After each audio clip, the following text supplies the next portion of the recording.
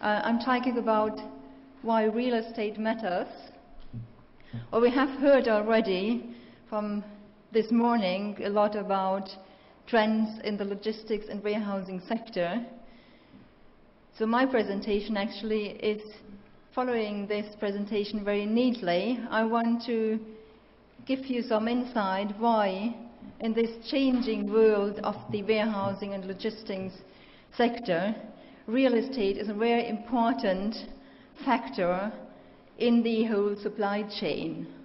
Well, if you speak to supply chain professionals today, they will give you a long list of challenges they have to run an effective and efficient, cost-efficient supply chain today in a world which is driven by globalization. On this list you will find increasing transport costs, you will find outsourcing, you will find sustainability, you will find changing customer demand. You will rarely see real estate part of that.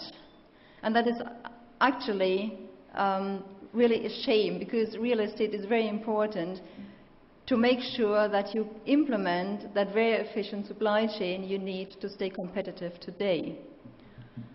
So why is real estate not on that list of challenges? Well, if you look at the costs, and we've seen them before on the slide, that real estate costs are very limited. I don't know if, can I actually, okay, here we go. Here we have a slide where we say real estate costs are normally less than 5% of the whole logistics costs today. So that is obviously a reason why many supply chain professionals think that is not a huge amount, and it doesn't give me the huge opportunities to save costs. So I'm concentrating on the challenges of high transportation costs, trying to drill down the costs in this sector, trying to find cheap labor, rather than from the start looking at the real estate. Now I'd like to show you why this is actually not the best approach, because if you look early on in real estate, you can effectively reduce your costs. Today the market is driven by a lot of dynamics, by a lot of change in the supply chain, and this change has over the last couple of years driven demand for new warehousing space. It has driven the locations. Where are you locating your warehouse? Where is the best strategic location for you to locate your warehouse to guarantee an efficient supply chain? What is this costs allocated with it? How many warehouses do you need? All this is driven by the current trends, and these trends are accelerating. We're seeing a lot of dynamics on the market, which is driving more demand on the real estate warehousing market. There's also the risk factor. We know about a lot of risks, and risk mitigation has become a very important fact for supply chain professionals. They're trying to reduce risks by having a supply chain which is responsive to potential risks.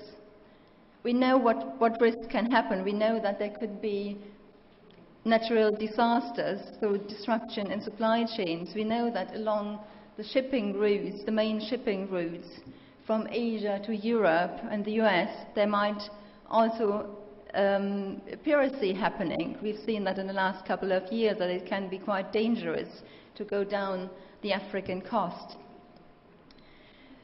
These risks, we know about them, they are difficult to control. That means the supply chain must be very reactive and very flexible, and real estate is actually a factor which can limit your flexibility in the supply chain, and that is why the real estate strategy, right from the start, is very important to make your supply chain efficient and cost effective. Now here we see, over the last couple of years, there's been a significant increase in logistics space demand. Over the last 5 years, logistics demand has increased and was always above the 10-year average, even in the 2009 crisis year. And this demand has been driven by this need to stay flexible, by this need to stay in modern units, by this need to locate to different locations. We've seen before, port-centric is quite important. Increase in rail transport, multimodal. This is impacting on where your warehouse has to be located, actually. Now, if we look at costs at the moment, we've seen that across the world, and here we see European rents, but the picture is really right across the world. Rents have decreased significantly in the last economic crisis in 2008 and 2009. We are seeing some recovery at the moment, but growth in rents is very limited. That means actually that it should be a tenant-favorable market, because there's not a lot of increase to expect, so your costs for warehouses will stay more or less on the level where they are today. However, if we look at the supply situation today, we notice that the development activity has significantly decreased from the boom years of 2006 to 2008. Back then, we've seen a lot of speculative developments, and developers followed basically two main statements. One was, build them and they will come, which means they just bought a plot of land, they built on top a speculative warehouse, and they said, well, the tenant, once that warehouse is finished, will come around the corner and take the space, no worries about that. The second statement was, we go where our clients are. And that meant if you had the need for a warehouse in a very specific location, even though this location was not a prime logistics hub, a developer would be happy to build you that warehouse, regardless of the risk that he might not find another tenant in 10 years' time. Today that had changed. And if we look today around the world, what we will find is that the slowing development activity has actually led to a restriction of modern available supply on the market. We see limited development activity. We see basically no speculative activity. In some parts of the world, we see difficulties in finding the right land to build, especially in Asia Pacific. You might run into problems to get land for warehousing developments. A lot of municipalities around there, they want higher value space on their lands. They prefer offices, shopping center, residential. If you come and want to build a warehouse, you might get a problem to find the appropriate land for that. And the reason for this limited supply is really that also developers are now mitigating their risks.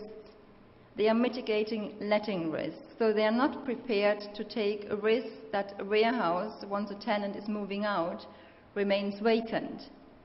And that means that with limited supply, with limited available supply today, if you want to find a developer who is building a new warehouse for you, you will have to accept very restricted requirements from the developer.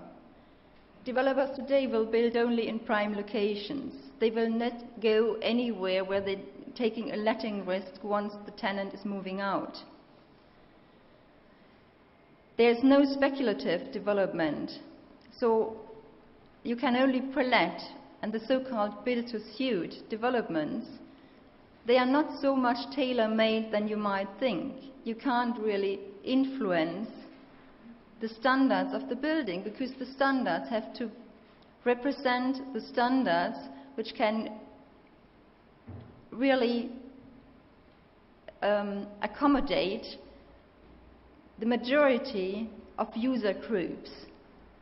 Again, that is because of the letting risk, because if my tenant today moves out, I want to re-let the building, and I might not re-let the building to the same tenant group. So the warehouse must fit most of the standards today required in modern logistics. You will have to accept longer lease terms. Occupiers want to stay flexible. That means they want to have short lease terms, 3 years, maybe 4 years. But then you want to be flexible in your decisions and want to decide maybe to go to a different location if your supply chain requires that. Developers today, when they build a new warehouse, they will only build it if you sign a lease contract of at least 7 to 10 years, because they don't want to go the risk in 4 years' time to have an empty warehouse. The investor side as well, institutional investors are starting to influence much more the development market and the logistics market than they had in the past. Developers today are building a warehouse to let it and then to sell it to an institutional investor. That's their main goal. So the yield of the warehouse is very important.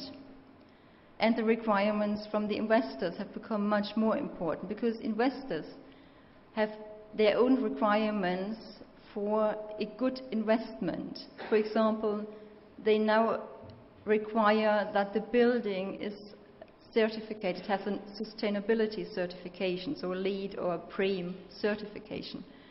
And this means more costs, and these costs are normally passed to the tenant.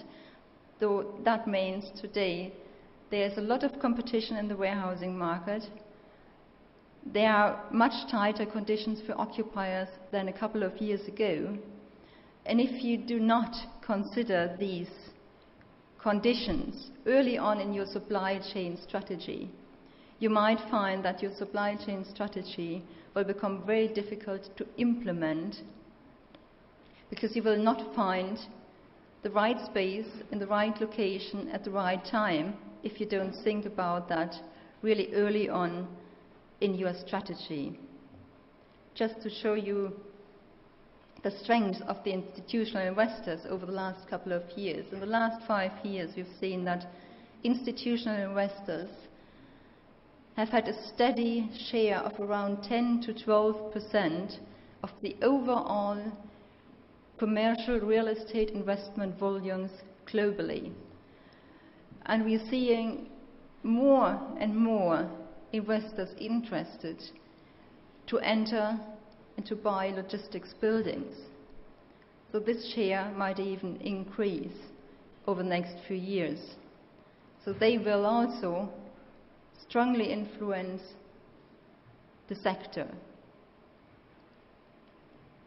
So in conclusion, if you want to operate a supply chain which is flexible, this depends on the right real estate decisions. And if you not include your real estate decisions early on, then this can actually obstruct your strategy and hinder cost savings in your overall supply chain. Thank you very much.